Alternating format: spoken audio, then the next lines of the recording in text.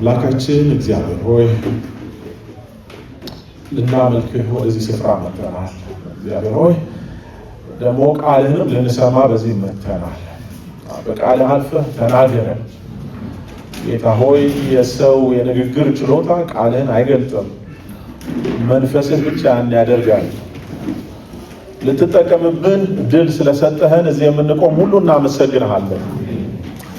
ግን ህዝብህን አንተ አልፈህ ተናገር፣ እኛን መሳሪያ አድርግ። ይህ ሁሉ ሲሆን ክብር ለአንተ ብቻ ይሆን፣ በጌታ በኢየሱስ ክርስቶስ አሜን።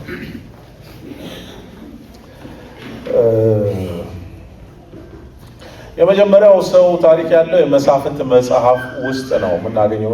የመሳፍንት መጽሐፍ በራሱ በጣም ኢንትረስቲንግ መጽሐፍ ነው። ታውቃላችሁ፣ እኔ መጽሐፍ ቅዱስን ባጠናሁ ቁጥር የሚገባኝ የመሳፍንት መጽሐፍ እስራኤላውያን እግዚአብሔር እንዳላቸው ኖረው ቢኖሩ ኖሮ መጽሐፍ ቅዱስ ውስጥ መካተት የሌለበት መጽሐፍ ነበረ፣ ወይም መፈጠር የሌለበት ታሪክ ነበረ። ሰዎቹ እግዚአብሔር የተናገራቸውን ነገር ስላላደረጉ ነው የመሳፍንት ታሪክ ሀፕን ያደረገው። ምንድነው የሆነው ታስታውሳላችሁ? አይሁድ ወይም እስራኤላውያን ከ400 ዓመታት በላይ ግብፅ ምድር ቆይተው ተገዝተው ጮኸው እግዚአብሔር ደርሶላቸው ሲወጡ ትዝ ይላቸዋል። በሙሴ መሪነት አወጣቸው። ከዛ በኋላ በኢያሱ መሪነት ገቡ እግዚአብሔር ወዳለላቸው ምድር እና ሲገቡ እግዚአብሔር ልክ ዮርዳኖስን ሲሻገሩ ለኢያሱ ቃል ሰጠው ወይም ኃላፊነት ሰጠው። ታስታውሳላችሁ? ህዝቡ ዮርዳኖስን ተሻግረው እስኪያልቁ ድረስ እነዛ 12 ሰዎች ቆመው ነበር። ትዝ ይላቸዋል። እና ሁሉ ነገር ካለቀ በኋላ እነዛ ሰዎች በቆሙበት በእግራቸው ወይም በምትካቸው ድንጋይ ያስቀምጣለሁ።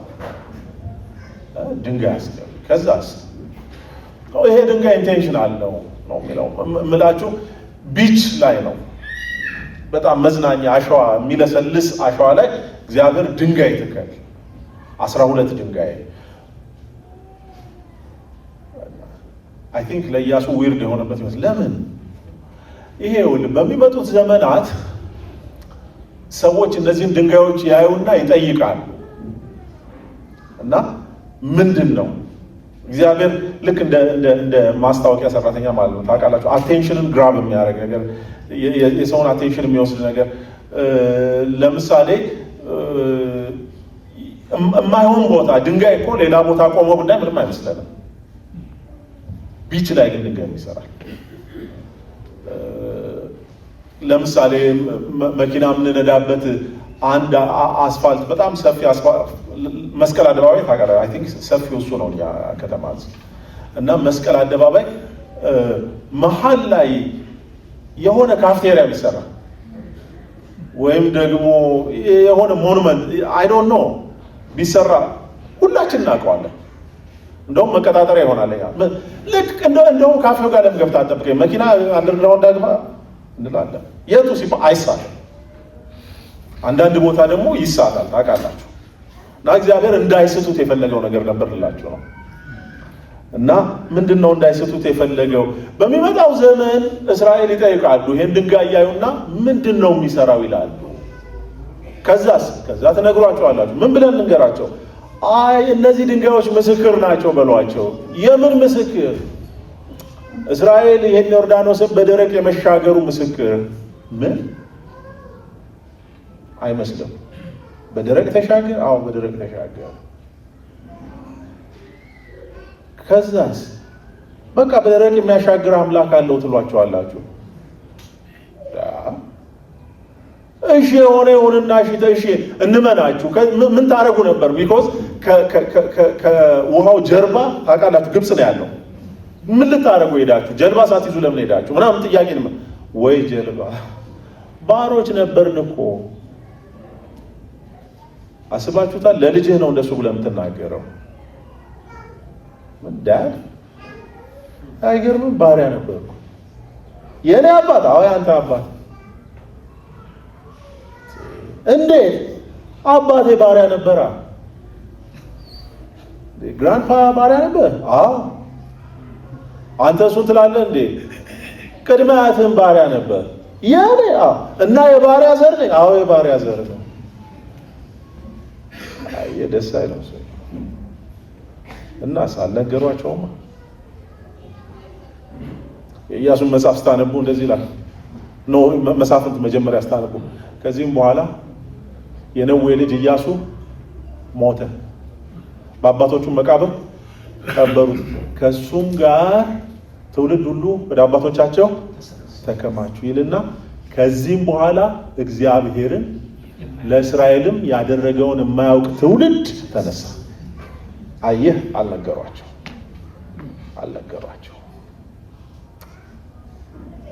እና ምን አደረገ እግዚአብሔር? ሰልፍ ያላወቁትን ሰልፍ ያስተምራቸው ዘንድ በገዛ ምድራቸው ለባርነት ተላልፈው ተሰጡ። አባቶቻቸው፣ አያቶቻቸው፣ ቅድመ አያቶቻቸው ግብፅ ነበር የተገዙት። እነዚህኞቹ ግን እግዚአብሔር ምሎ የሰጣቸው የዛሬቱ እስራኤል ውስጥ ተገዙ። ለምን? they failed them አልነገሯቸውም። ትውልድ እንዲያመልጥ ትፈልጋላችሁ? ልጆቻችሁ በከፍታ እንዲሄዱ ትፈልጋላችሁ?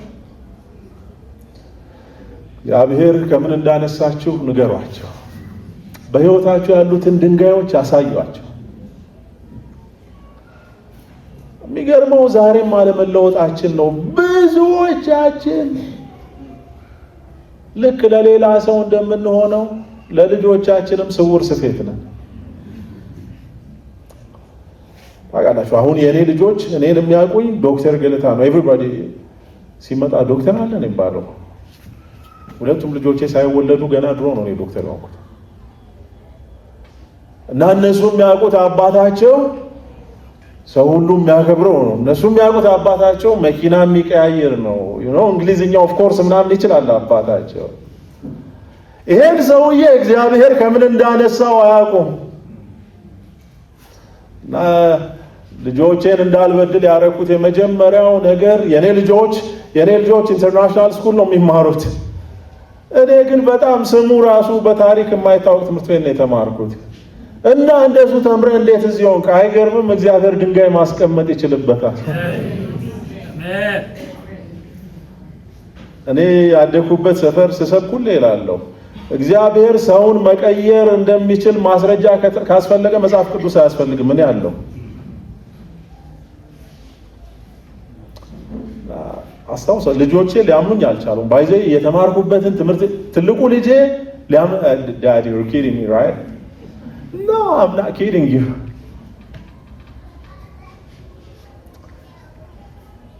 እግዚአብሔር ላይ አይኮራ። የመሳፍንት መጽሐፍ እግዚአብሔር ላይ የመኩራት ውጤት መጽሐፍ ነው እንጂ ነግረዋቸው ቢሆን ኖሮ እነዚህ ሰዎች አይገዙም ነበር። ትውልዳችሁ እንዲያመልጥ ከፈለጋችሁ ሌላ ምንም አማራጭ የለውም። የዚህና ደሞ እኮ ያኮራል እኮ ምልህ እግዚአብሔር ዘመዴ ነው እንደማለት እንደሱ እንደማለት ምንም ያኮራ ታሪክ አለ። የትም ልሄድ አልፈራም፣ ትናንትናን ያሻገረኛል ተሞክሯል።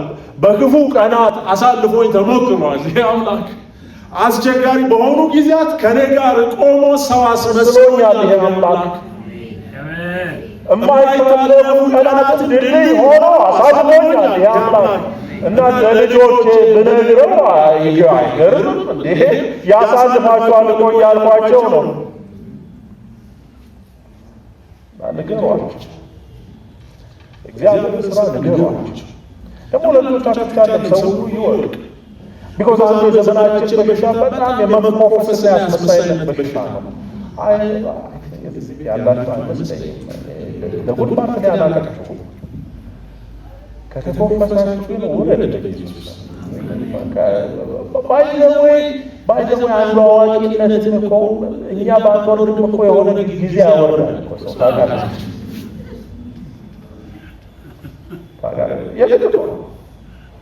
ሁሉ የተበላሽ ነው እንኳን ከኋላ ትንታግ የሆነ ትውልድ እየመጣ ነው። ልክ እኛ ትንታግ ወደ ከፊት ያሉትን እንደገፋን እየተገፋፋን ነው የሚቀጥለው። ስለዚህ ዛሬው ይሻላል እላቸው ነው። በረከት ይበዛላችሁ። መጽሐፍ መጽሐፍ ላይ መጽሐፍ መጽሐፍ ተመሳሳይ ታሪክ አዙሪት። እነዚህ ሰዎች እግዚአብሔርን በደሉ ስላልተነገራቸው የበደሉበት አንዱ መንገድ በማይበደል ነገር ገቡ። እግዚአብሔርን ትተው የገቡባቸውን አሕዛብ አማልክት ማምለክ ጀመሩና ተቀላቀሉ። እግዚአብሔር ብቻውን አምላክ መሆን ፈለገ። ባይዘወይ ብዙ ነገር እግዚአብሔር ይታገሳል፣ ብዙ ነገር ይቅር ይላል። ይቅር የማይለውና የማይታገሰውን ነገር ልንገራችሁ። እግዚአብሔር ዙፋን ሼር ያደርግ። አንዱ የዘመናችን በሽታ ነው። ታውቃላችሁ፣ በተለያየ ምክንያት የእግዚአብሔርን ዙፋን ሼር እናደርጋለን በሕይወታችን ውስጥ። ግማሹ እንዳልኳችሁ በሆነ በደረሰበት የስታተስ ኮ ይሆናል። ሌላው እኔ ባህሪ ይላል። ሌላው እንደውም ይሄ ሰሞን ጥሩ እኮ ነው፣ ኢንትረስቲንግ ሰሞን ነው። አይ በባህሪ ማለትም በባህል እግዚአብሔር ባህል የለውም። ታውቃላችሁ፣ እግዚአብሔር ባህል ዘለል ነው። ግን እግዚአብሔር ብቻውን አምላክ ነው። አሜን። እና እሱን ሼር ብዙ ሰዎች ሳያስቡት አይ እኔ አንደኛ ነው፣ ከዛ ክርስትናው ቢሆን ምንም ቢሆን ከእንትን ቀጥሎ እኔ መጀመሪያ ኢትዮጵያዊ ነኝ፣ ከዛ ክርስቲያን። ኧረ በእናትህ አይባልም። ኢትዮጵያዊነት ውስጥ እግዚአብሔር የለም ማለት ነው።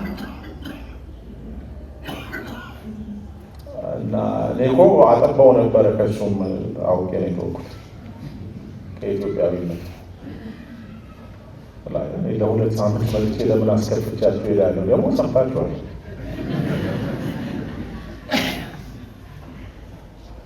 እና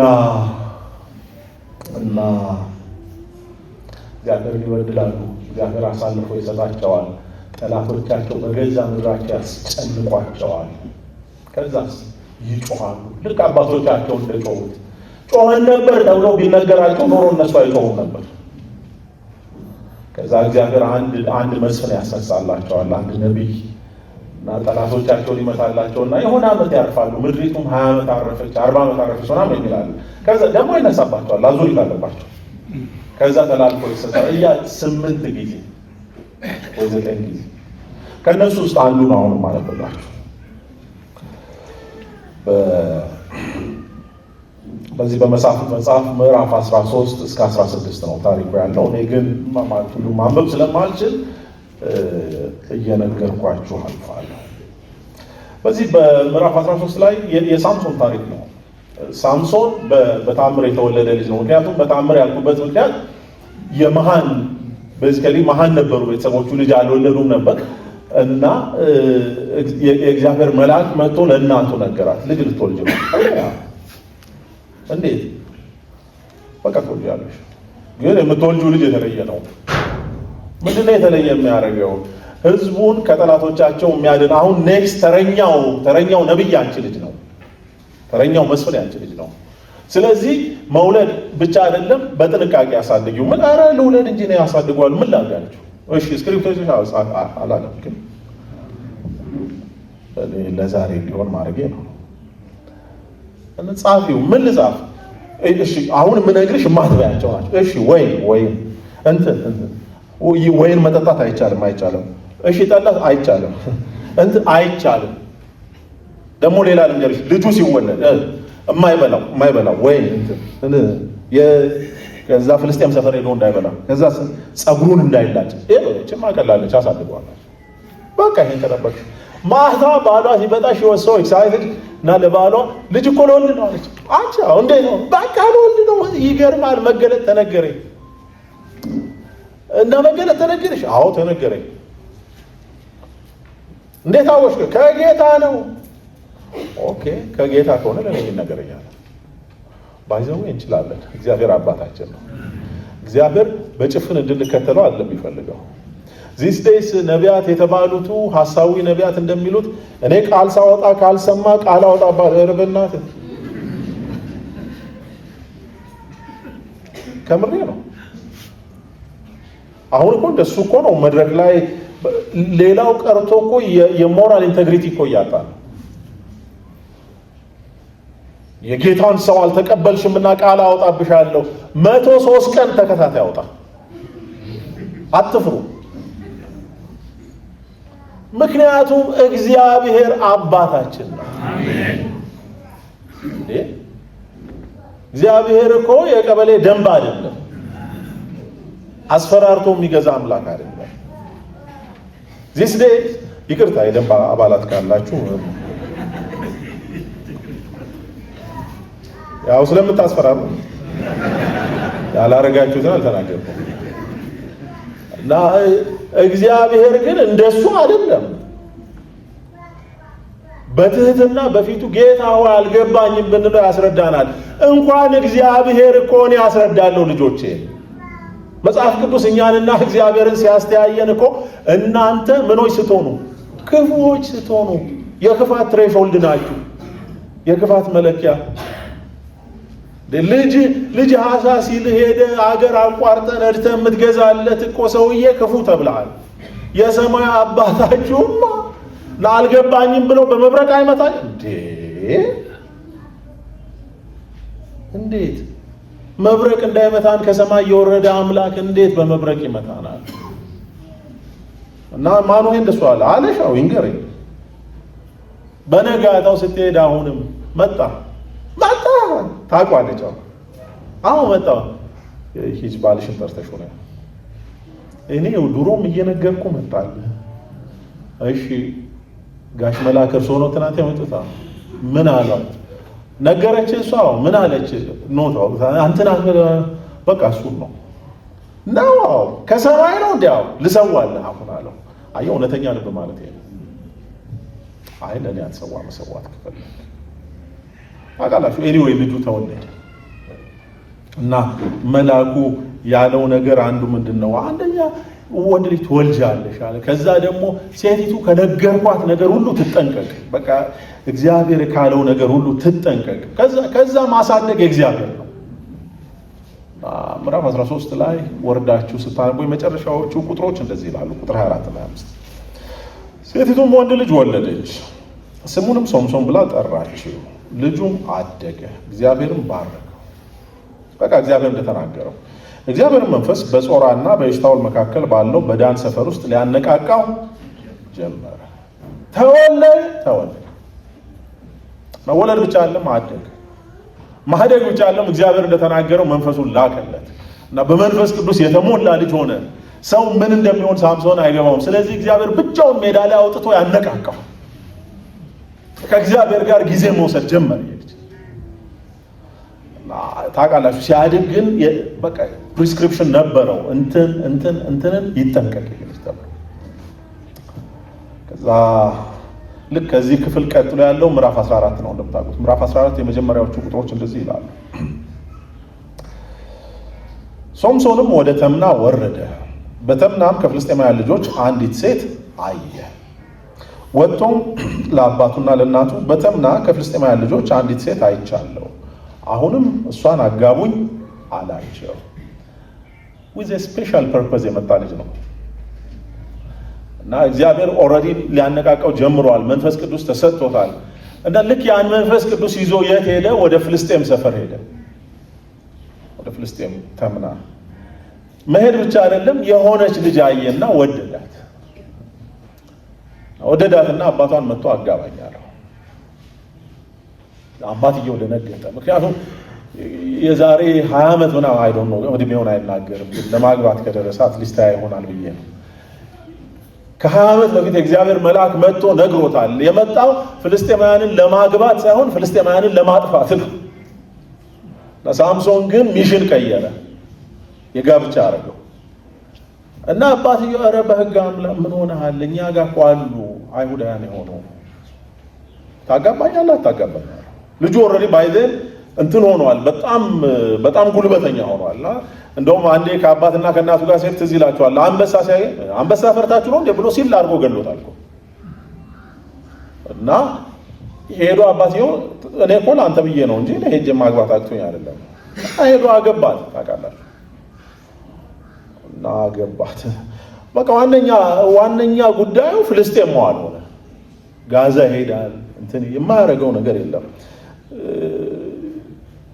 የሚገርመው ፍልስጤማውያንም ደግሞ ናቁት፣ እንደ ቀላል ሰው ነው ያዩት።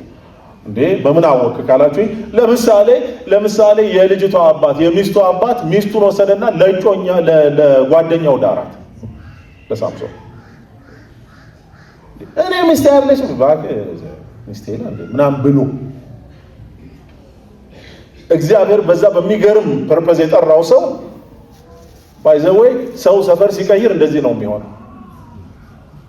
እግዚአብሔር ሞገስ ሲሰጠን እኮ ሞገሳችን ለተጠራንበት ጥሪ የሚሰጠን አበል እንጂ ብቻችንን የምንነፋፋበት አይደለም።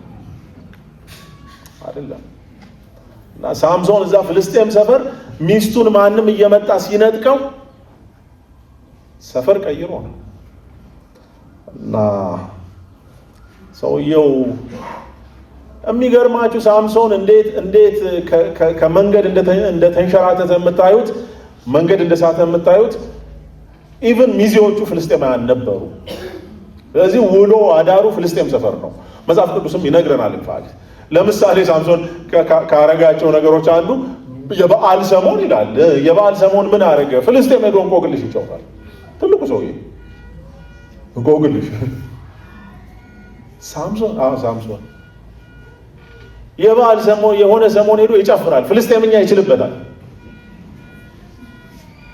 በቃ ቶታሊ መንገድ ስቷል። ጓደኞቹ ፍልስጤማውያን ናቸው። ያገባት ፍልስጤማዊት ናት። ውሎው ፍልስጤም ነው። አዳሩ ፍልስጤም ነው። ያንተ ደግሞ አበዛው በምን አወቅ ካላችሁ ከፈለጋችሁ ላሳያችሁ። ምዕራፍ 16 ላይ ሄዳችሁ ስታነቡ ታገኛላችሁ። ምዕራፍ 16 ላይ ሌላ ቦታ ሄደ ይላል። ሳምሶንም ወደ ጋዛ ሄደ። ጋዛም ሌላ ፍልስጤም ሌላ ሰፈር ናት ወይም ወረዳ ናት። እሺ ይሄዳ ታዲያና ምን ማካበድ ምንድነው? ይሄዳ ሄዶ እኮ አይደለም ዕቃ ገዝቶ አይደለም የተመለሰው። እና ምን አደረገ? በዚያም አንዲት ጋለሞታ ሴት አይቶ ወደሷ ገባ።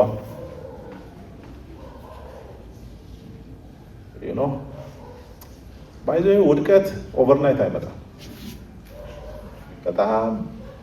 በጣም እንዳትሸወዱ። በአንድ ቀን አይመጣም። በጌታ ሆነማ የሆነች እንጥፍጣፊ ፍራቻ እኮ አለች።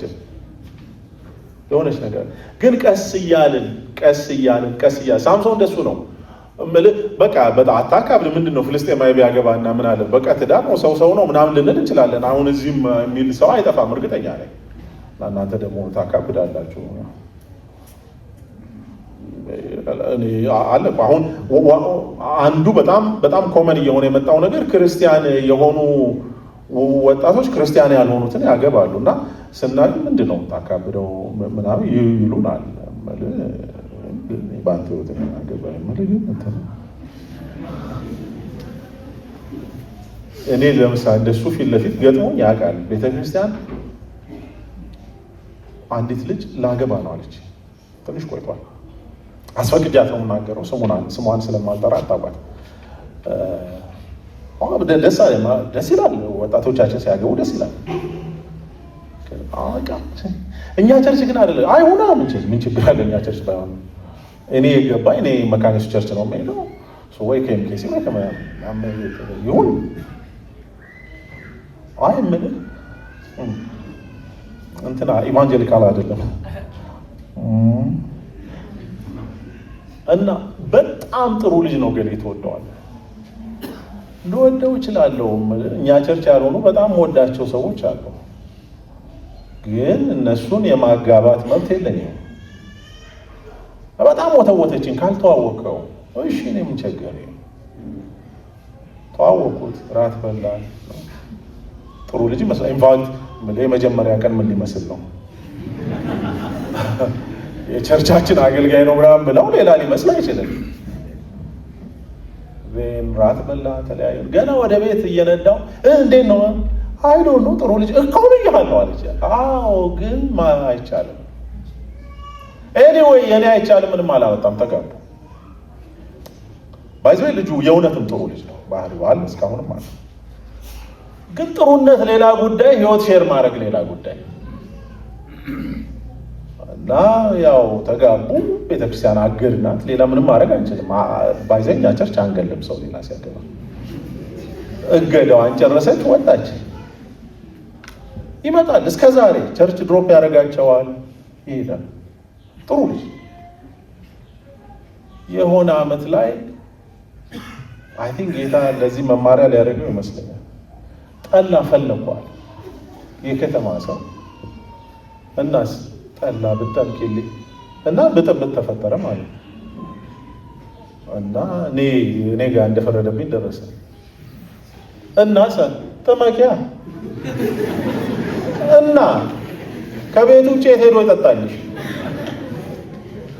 ባይዘወይ ልብሽ ያሰበካይ ተጠምቂያታለሽ አምቴልኝ እና ያለችውን አረሰው እንዴ ገሌ ምን ሆነ ነው እንኩሮላ ነው ታነኩሪው እና ብትለኝ ብትሰራኝ እኔ ሐሳቤ አይቀየር ዛሬም አይቀየርም አክቹአሊ። ከዛ ጠመቀች ሄዳ እሺ ደስ ይበል ጠመቁ ስትል 6 ወር ጠማቂማ እግዳለሁ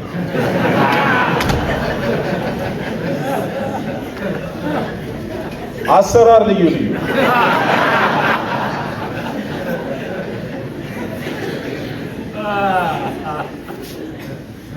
እና ያው እየኖሩ ነው ምንላችሁ ነው ገደብ አለው ህይወታችን በገደብ የታሰረ ነው። መምረጥ እንችላለን አዎ ግን በገደብ ነው የምንመርጠው። አቃላችሁ ሰው አንዳንድ ሰዎች ይታሰሩና በሆነ ወንጀላቸው ቀላል ሲሆን በገደብ ይለቀቃሉ አይደል ፓሮል ያገኛሉ። ግን እንደ ሌላው ሰው ነፃ አይደሉም። የሆነች ነገር ኮሽ ቢያደርጉ ይጸናባቸዋል ያኛው ፍርድ። እኛ እኮ ተለቀን ነው ከጌታ የተነሳ ተለቀን ነው እንጂ ያንዳንዳችን ተሰብስበን አንድ ላይ መደረግ ነበረብን። ሰው ምርጫችን ገደብ አለው። ሳምሶን እሱን ገደብ ነው ይሳት ሄደ ፍልስጤማዊት አገባ በቃ ተሰብስቦ ነው የኖረው ነው።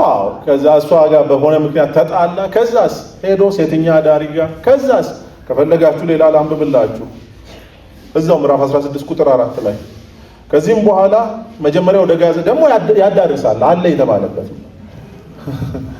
እና ሳምሶን መጀመሪያ ተምና ነበር ትዝ ይላችኋል። ከዛ ጋዛ ሄደ። ከዛ ሶሬቅ ወደ ተባለ ከተማ ደግሞ ሄደና እዛ ላይ የታወቀች ሴት አለች ደሊላ የምትባል። ከዚህም በኋላ በሶሬቅ ሸለቆ የነበረች ደሊላ የተባለች አንዲት ሴትን ወደደ።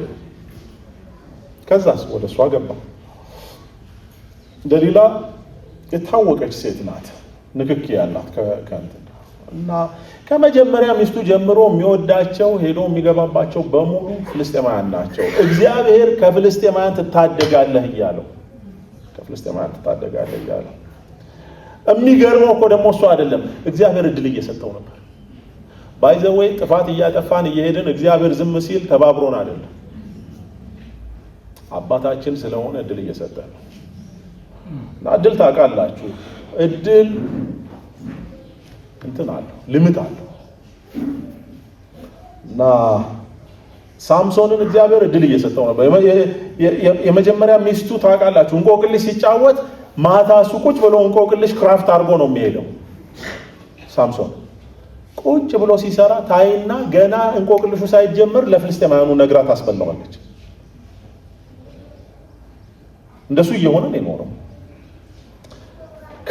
ያቺ ሁለተኛዋ ጋለሞታ የተባለችው ስሟን ማናቃት ሴት ሳምሶን ያለበትን ቦታ ሄዳ ለፍልስጤማውያን ትነግራለች። ግን ጉልበቱ ከሱ ጋር ስለነበረ ያሸንፋቸው ነበር። እሷ ቤት በሄደ ቁጥር ከሷ ጋር በተገናኘ ቁጥር ለሷ በነገረ ቁጥር ይያዛል። እና እንዴት አይባንንም ሰው እንዴት አይባንንም? ለምሳሌ አንዳንድ ሰፈሮች አሉ ታውቃላችሁ፣ በተለያየ ምክንያት በዛ ሰፈር ስታልፉ ሽታቸው በጣም ከባድ ይሆንና ጉንፋን ያስይዛቸዋል። እሺ አንዴ ያዝ፣ እሺ ተሳስተው ሁለቴ ያዝ፣ በየቀኑ መያዝ ምንድን መንገድ አቀይርም እንዴ? አባቶች ሲመርቁ ትናንት የመጣ እንቅፋት ደግሞ አይምታ ይላሉ። ሌላ ተረትም አለ፣ ሞኝ ሁለቴ እባብ ይነድፈዋል የሚባል ሰምታችኋል? መጀመሪያ ሳያይ ሁለተኛ ሲያሳይ። ሳያይ ነድፎት እያለ ሌላ ሰው ይዞ እዚህ ጋር እኮ ነው የነደፈኝ ሲል ሳምሶን እንደሱ ነው የሆነው። እሺ ሚስቱን እንቆቅልሽ ነገረች። እሺ ያቺ ሴተኛ አዳሪ አድራሻ ነገረች። እሺ አሁንም ፍልስጤማዊ ጋር ትሄዳለህ? ምን ማለት ነው? እግዚአብሔር ምን ያደርግ? እና ሶስተኛዋ ጠንከር ብላ መጣች። ይነጋገራሉ እኮ ባይዘው ወይ መስሎት ነው እንጂ ከጀርባው እኮ ያወራሉ። እንደሚያወሩ ታሪኩ ይነግረናል። ባክሽ እንደምንም አድርገሽ እንትን ይወዳል እየተባባሉ እናስ አድርጊና እንደምንም ብለሽ አሁን ሚስጥሩ ነው የቀረው። እና ደሊላ በየቀኑ ጠይቀዋለች። በየቀኑ አንተ ግን በቃ አትወደኝም ማለት ነው እያለች እንዴት ምንድን ነው እንትን የመጣ አያችሁ። ቀስ በቀስ ነው ብያችኋለሁ። ቀስ በቀስ መጀመሪያ በትዳር የትኛውም ጤነኛ ሰው የሚያደርገው ነው። ከዛ ዝም ብላ ሴተኛ አዳሪ፣ ከዛ ኮከብ ሴተኛ አዳሪ ተሸላሚ። ልክ እንደዚሁ የት ነው ምንድነው ጉልበት ስትለው መጀመሪያ እኔ በልጥ ብታስሩኛል፣ ከዛ በጨርቅ፣ ከዛ ጉንጉኔን በችካል ቀስ በቀስ ወደ ዋናው መጣ። እግዚአብሔር ጊዜ እየሰጠው ነበር። ሳምሶን ግን የሚማር አይነት ሰው አይደለም። እመለሳለሁ ወደ ሳምሶን፣ ወደ ሌላኛው ሰው ልውሰዳችሁ። ይሄኛው በተአምር ነው የተወለደው። በተአምር እናቱን ለሱም እናት መልአክ መጥቶ ነው የነገራት። ትወልጃለሽ። እኔ እንዴ ምን አይነት ንግግር ነው? አንደኛ አላገባው፣ ሁለተኛ ልጃገረድ ነኝ፣ ከወንድ ጋር ምንም እንትን የለኝም። እሱን ተይው፣ እግዚአብሔር ነው ራሱ። ከዛስ እሺ ይሁን፣ ለምን ህዝቡ በኃጢአት ስለተጨማለቀ ህዝቡን ከኃጢአት ያድናል። እኔም ወልደው ኦኬ እንደ ቃል ይሁንልኝ እና ታውቃላችሁ፣ አረገዘች። እጮኛ ነበራት። እጮኛዋ እርጉዝ መሆኗን ሲያውቅ ቀስ ብሎ ሊተዋት ፈለገ ይላል መጽሐፍ ቅዱስ። አይ ቲንክ ስለማን እንደማወራ የሚገባችሁ ይመስለኛል። ዮሴፍም ጻድቅ ሆኖ ይላል እና ሊተዋት ፈለገ። ዮሴፍ ባይዘው ያልተዘመረለት ጀግና ነው መጽሐፍ ቅዱስ ውስጥ። እኔ ከገደሉ ራሳቸው የግደሏት እንጂ በእኔ ምክንያት አላስገድላት። ታውቃላችሁ ዮሴፍ ምንም የለውም። ያልተዘመረለት ያልኳችሁ እግዚአብሔር እንዴት ቢያምነው ነው ልጁን አሳድግልኝ ብሎ የሰጠው። ኢየሱስን ሊርበው እንደሚችል እያወቀ እግዚአብሔር እነ ዮሴፍ ቤት ምድር ላይ ከነበሩ አባቶች በሙሉ መረጠው ከሁሉ። ይሄን ልቡን አይቶ ይመስለኛል። ታውቃላችሁ ሰው የሰፈር ሰው እንኳን ኢየሱስ የዮሴፍ የሥጋ ልጅ እንዳልሆነ አያውቅም። ለዚህ ነው ስለ ኢየሱስ ሲናገሩ ይሄ የጠራቢው ልጅ አይደለ ኢየሱስ ያ ባለፈው በርጩማ የሰራልህ ሰውዬ ልጅ ብለው እንደሱ እያሉ ነበር የሚናገሩት። የጠራቢው ልጅ አይደለም እንዴ እኮ ነው የሚሉት። ዮሴፍስ እንዴት ሆነ? ዮሴፍ ሊተዋት የፈለገ ቀን ምሽት ያ መልአክ መጣ። ልክ ማኑሄ ጋር እንደሄደው እና ዮሴፍን በህልሙ አናገ። ስማ ዮሴፍ ልተዋት ነው? አዎ እንዴ ያው መልካን ተቀጥሮ ነበር እንግዲህ እንዳትተዋት። እንዴት? ለምንድን ነው የማልተዋት? እሷ የምትወልደው ልጅ የኔ ነው፣ ይልቅ አሳድግልኝ። ያንተ ልጅ ነበር እና ላሳድገው። አሳድግ። እሺ አንድ ቃል ሳይናገር ተወለደ። ታውቃለህ በዚህ ልጅ ምክንያት የበላውን ፍዳ ታውቃላችሁ። ዮሴፍ የሰው ልጅ ይዞ ያልተዘጋ በሩን ትቶ ነው እኮ ወደ ግብጽ የተሻገረው እና ተወለደ። ምናልባት አሁን አንዳንዶቻችሁ አይ ሁለቱንማ ማወዳደር ፌር አይደለም ሳምሶንና ዮሴፍን፣ ቢኮዝ ዮሴፍ ሳምሶንና ኢየሱስን ኢየሱስ ፍጹም ሰው ፍጹም አምላክ ነው ምናምን ትሉኛላችሁ። እሱን አስረዳችኋለሁ። አሁን ነው እዚህ ምድር ላይ የነበረ ጊዜ ግን ሐዋርያው ጳውሎስ በፊልጵስዩስ መጽሐፍ ላይ እንደጻፈልን ክብሩን ትቶ ኢንቴንሽናሊ ትቶ እና ምን ሆነ? ሰው። ለዚህ ነው ራሱን ሲጠራ ማን እያለ ይጠራ ነበር? የሰው ልጅ። የማንም የሰፈር ዱርዬ እየተነሳ ሲገፋው ይገፋ የነበረው ኢየሱስ ክርስቶስ ሰው ስለሆነ ነው። እኛን ሰው ሆኖ ሊያገኘን ስለፈለገ ነው። ታውቃላችሁ። ያለበለዚያ ከሰማይ መምጣት አልነበረበትም። እኛን ማግኘት ባይኖርበት ኖሮ እግዚአብሔር ሰዎችን ለማግኘት ሰው መሆን ነበረበት። እንዴት ብዬ ላስረዳችሁ? ለምሳሌ እኛ ከእርግብ ጋር መነጋገር ብንፈልግ ምንድን ነው የምታደርገው? ያው እርግብኛ መልመድ አለባ። መቼም እርግብ የመሆን ችሎታው የለንም እኛ። እንደውም አንድ ሪሰርች አይነበረ የሆነ ሰውዬ የወፎች ጥናት ነው የምንባል አላውቅም ስሙን፣ ግን የሆነ ስም ምናምን ሎጂ አለ ማረገው ነገር የለም። ኢየሱስ ክርስቶስም አክቲቭ በነበረበት ጊዜ ጓደኞች ነበሩት። መጽሐፍ ቅዱስ ይነግረናል። ደቀ መዛሙርቱ ወዳጆቹ ነበሩ። ለዚህ ነው በዮሐንስ ወንጌል ምዕራፍ 15 ላይ ወዳጆች እላቸዋለሁ ያለው። አብሯቸው ይበላል፣ አብሯቸው ይጠጣል፣ ያስተምራቸዋል፣ ያዘጋጃቸዋል። ወዳጆቹም ቢሆኑ ግን ተልእኮውን አልሳተም። ያኛውስ ያ ቶታሊ ስቷል። የሚገርማችሁ እኮ ኑሯቸው ብቻ አይደለም እስከ መጨረሻ ተመሳሳይ ነው። እነዚህ ሰዎች ያገኙት እድል የመረጡት ምርጫ ውጤት ይዞ መጣ። ሳምሶን መጨረሻ ላይ ቅድም እንዳልኳችሁ መጀመሪያ በልጥ ሰሩኝ ሲል፣ ከዛ በገመድ ሰሩኝ ሲል፣ ከዛ ጸጉሬን ቸክሉ ሲል የመጨረሻ ቀን አፍርጦት ቁጭ አለ። ባይዘው አንዳንድ ጉዳዮች ከኛና ከጌታ ውጪ ማንም ሊያውቃቸው አይገባም። እግዚአብሔር የልብ ወዳጄ ነው ካልን እሱ ብቻ የሚያውቃቸው ህይወት አቅጣጫዎች ያስፈልጉናል። ለዚህ ነው መጽሐፍ ቅዱስ ሲናገር በብብትህ ከምትተኛው አንደበትህን ጠብቅ። ሚስትር ጠብቅባት እኮ ማለት አይደለም። እሱ ግን ከጌታ ጋር ብቻ የምትነጋገረው ነገር ይኖርህ። ከሰው እንደ ትዳር ጓደኛ ያለ ጓደኛ አያስፈልግንም።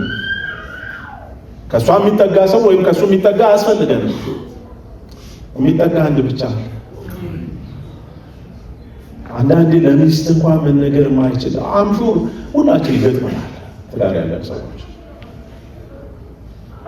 ለባል መነገር ማይችል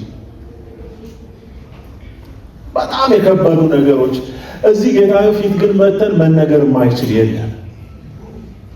ኤቭሪቲንግ ልቡ ሰፊ ነው። እሱ ፊት መተን የሚደበቅ የለም።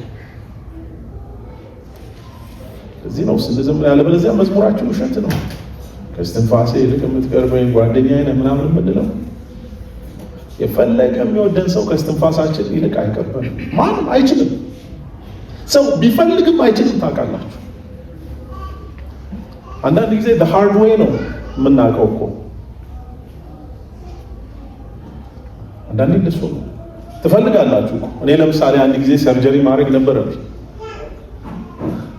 እናስ ያልተሰበሰበ ሰው እህቶቼ መጥተዋል ከነባሎቻቸው፣ ባለቤት ያለች። ከዛስ በቃ ከዚህ በኋላ ይቻላል። ከዛ አብሮኝ ያለው ማቀው ጌታ ብቻ ነው። ማንም ያን ቀን ለኔ ትልቅ ትምህርት ነው። ለካ ቢቻል እኮ እርግጠኛ ነኝ አንዳንዶቹ በእኔ ምትክ ይቀደዳል። አይቻልም። ያው ባለቤቴ ስትወልድ በእሷ ምትክ አልተቀደድኩም። በቃ አይቻልም። ይሄ ጌታ ግን በሞት ጥላ ውስጥ ባልፍ እንኳ አንተ ከኔ ጋር ነህና ክፉን አልፈራም እና በሞት ጥላ እያለፍኩ እጠራሃለሁ። ለዚህ ነው ይህ ችግረኛ ጮኸ፣ እግዚአብሔርም ሰማው፣ ከመከራውም ሁሉ አዳነው። ለሱ ብቻ የሚነገሩ ጉዳዮች አሉ። ሳምሶን ፌል ያደረገው እሱ ነገራት። እኔ እኮ ዝም ብዬ ብትላጩኝ እኮ አዎ አስተኝታ መጡ ስትለው ሲል ለካ የለም። አየህ እድል ይቆማል።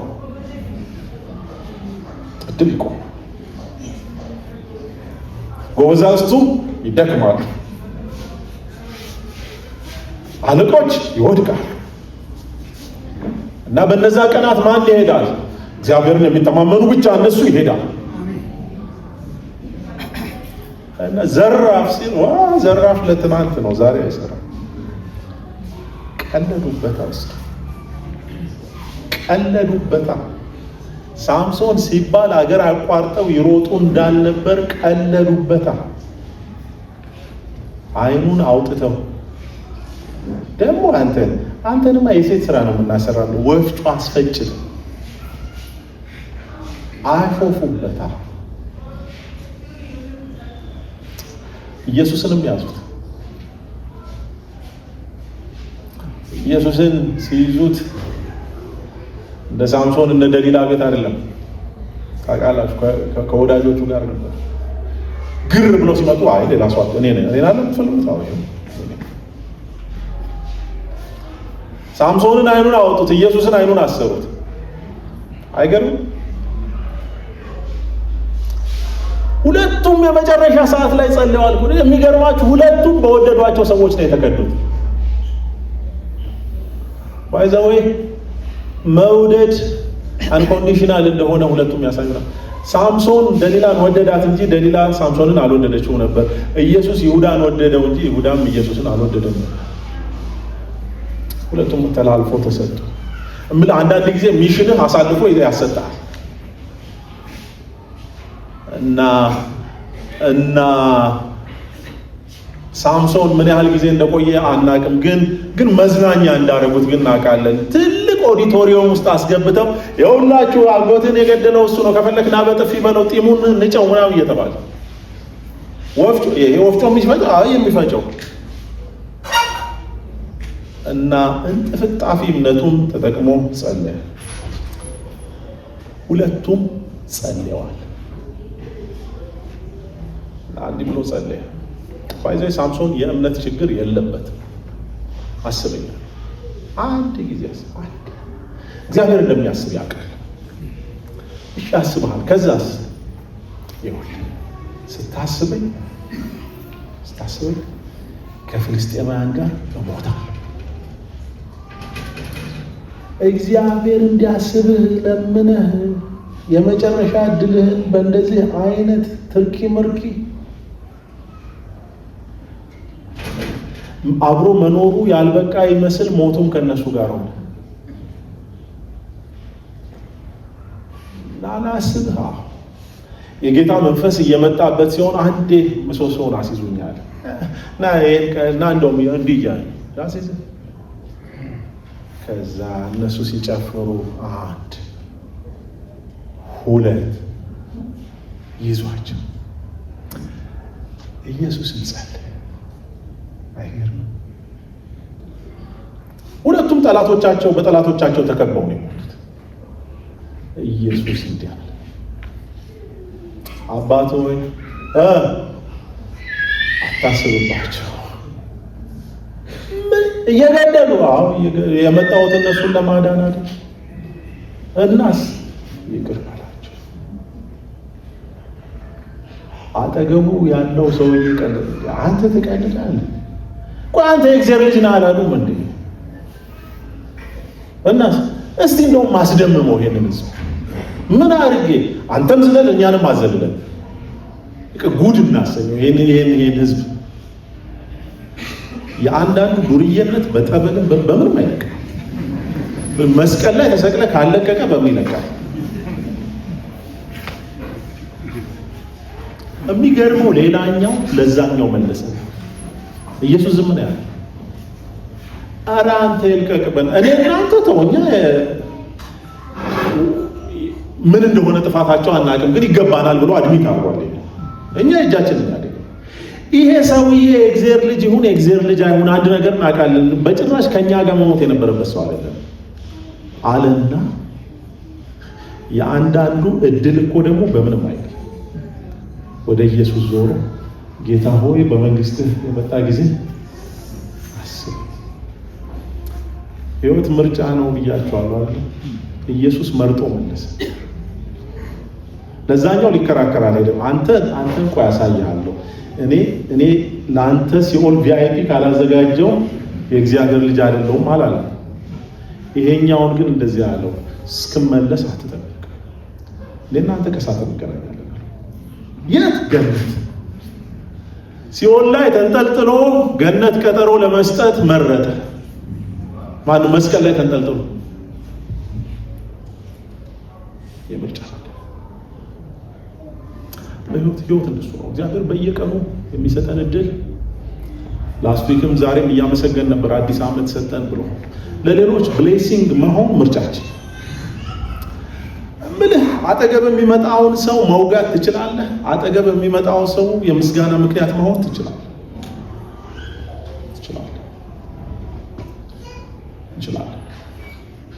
እግዚአብሔር ይህን እድል የሰጠን ይህን ዓመት የጨመረልን እነዚህን ቀናት የመረቀልን እግዚአብሔር ለሌሎች ብሌሲንግ እንድንሆን ከሆነስ ነው ደግሞ ከሆነስ አልልም ነው።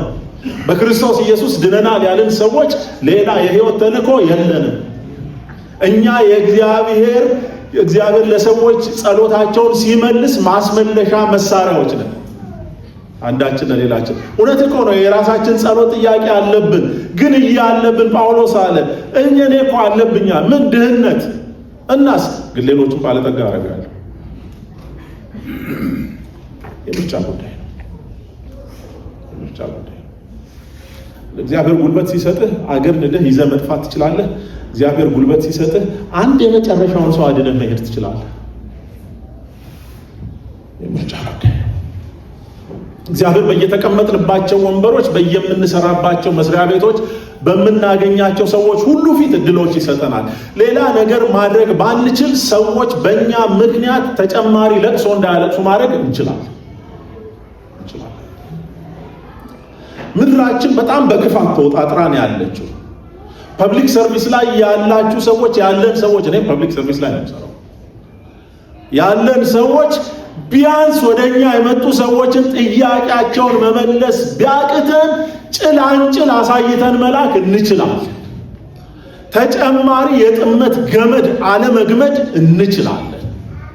ሌላ ሰው ወደ እግዚአብሔር የሚያለቅስበት የሮሮ ምክንያት አለመሆን እንችላለን። እንደው ቢያንስ አለልኝ መባል እንችላለን። ምርጫው በእጃችን ላይ ያለው መስቀል ላይ ተሰቅለያ ባክ ወደዛ በል ራሴን አላስጥልም እንዴ ማለት ትችላለህ። መሞታችን አይቀርም፣ ከሞት በኋላ ግን አብረን ወክ እናደርጋለን ማለትም ትችላለህ።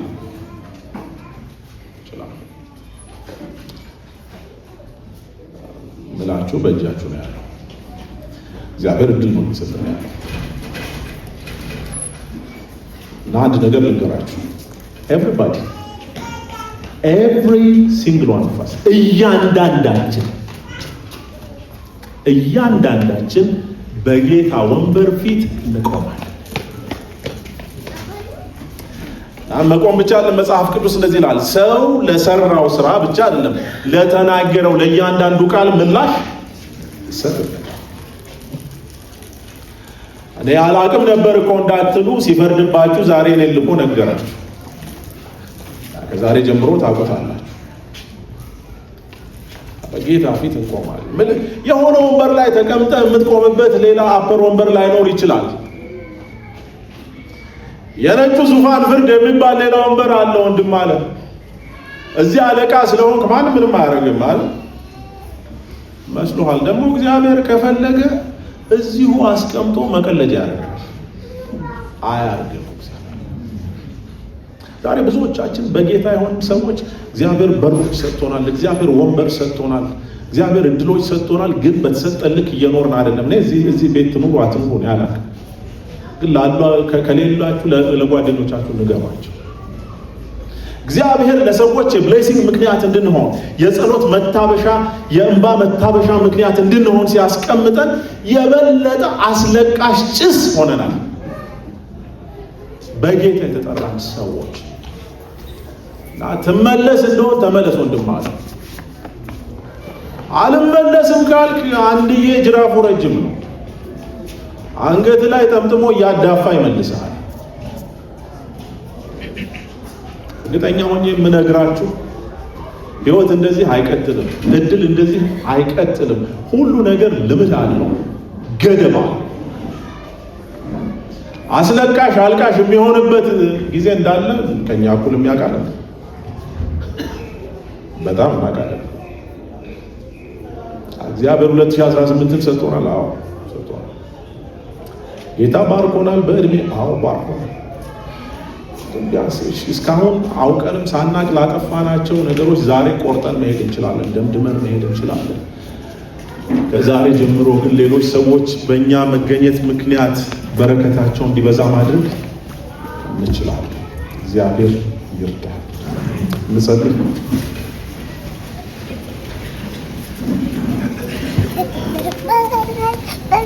ጸሎት ላይ ሆነን አዳዲስ ሰዎች ካላችሁ ቀድሜ እናንተን ልጋብዝ ፈልጋለሁ። ጌታ ኢየሱስ ክርስቶስን በግል ማታውቁ የትኛውም ቤተክርስቲያን የሌላችሁ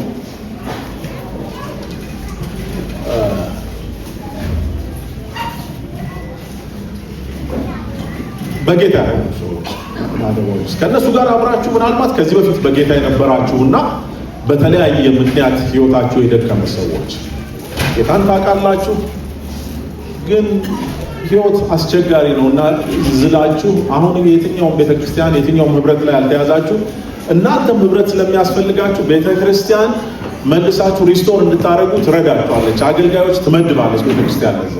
ስለዚህ እናንተም ካላችሁ እናንተም ሁለታችሁም እጃችሁን አሳይባላችሁ ቶሎ ብላችሁ ቀድሜ ከእናንተ ጋር መጸለይ እፈልጋለሁ።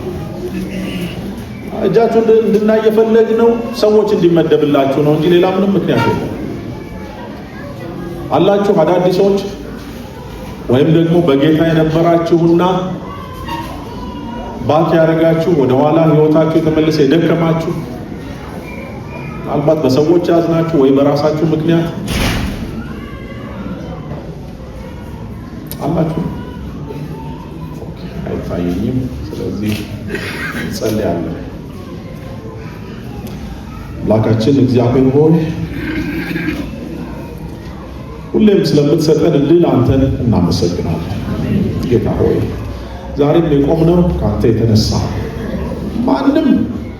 ማንም በራሱ ይሄን ስላረኩ ማለት የሚችል በመሃላችን የለም።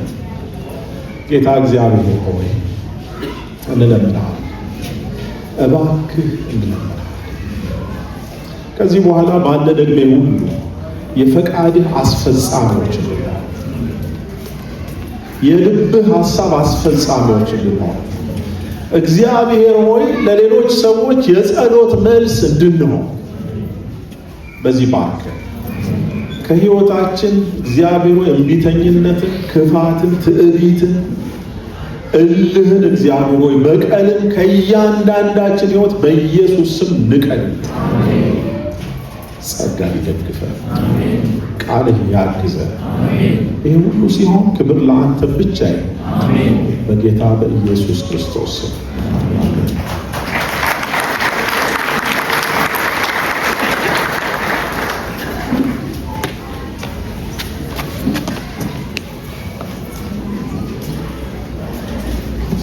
አንድ ላይ ጨርስ።